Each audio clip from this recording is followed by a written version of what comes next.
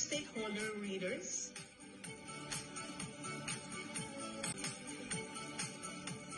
a philanthropist, Love for Children.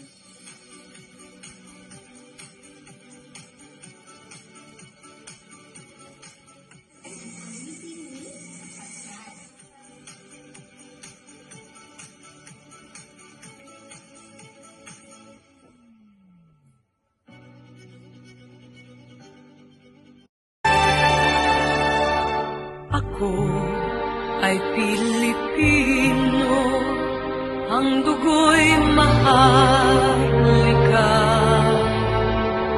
Likas sa aking puso at likain kay kanda.